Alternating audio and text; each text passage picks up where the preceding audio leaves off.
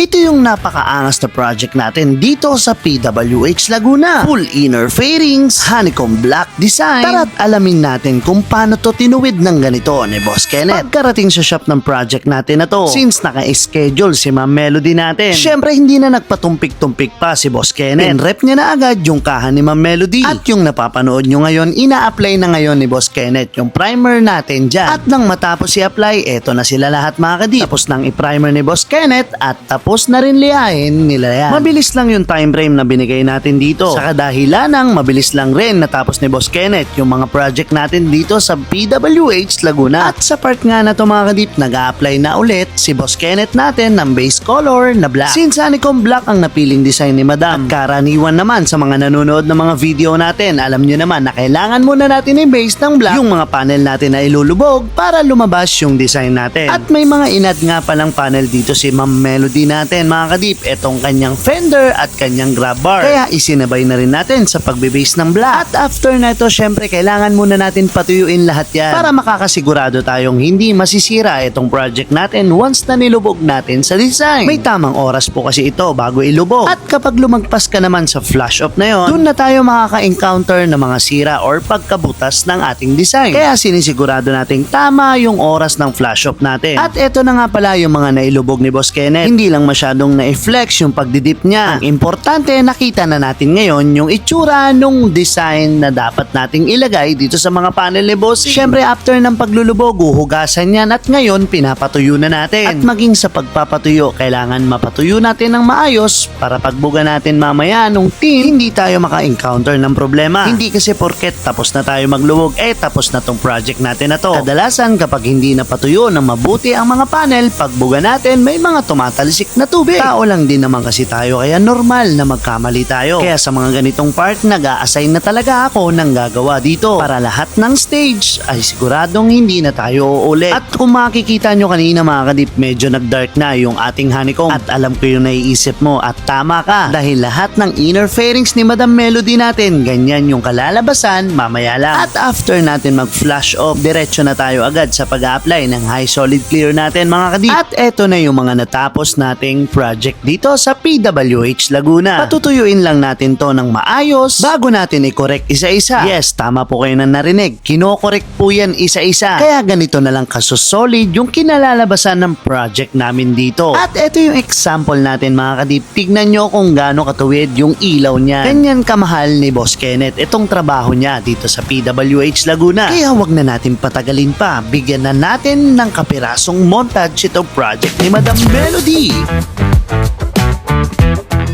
Sheesh! Tingnan nyo naman mga kadip yung reaction ni Madam. Mahihain lang talaga sa harap ng camera pero nagustuhan at nagandahan naman si Madam Melody dito sa pinagawa niya sa PWH Laguna. Kaya kung luma o kupas na ang mga inner fairings ng motor mo, huwag mo nang pagtiisan yan dahil pwede rin natin niyang gawing glossy o lagyan ng design kagaya nito. So paano? Kita-kits next vlog. To God be the glory.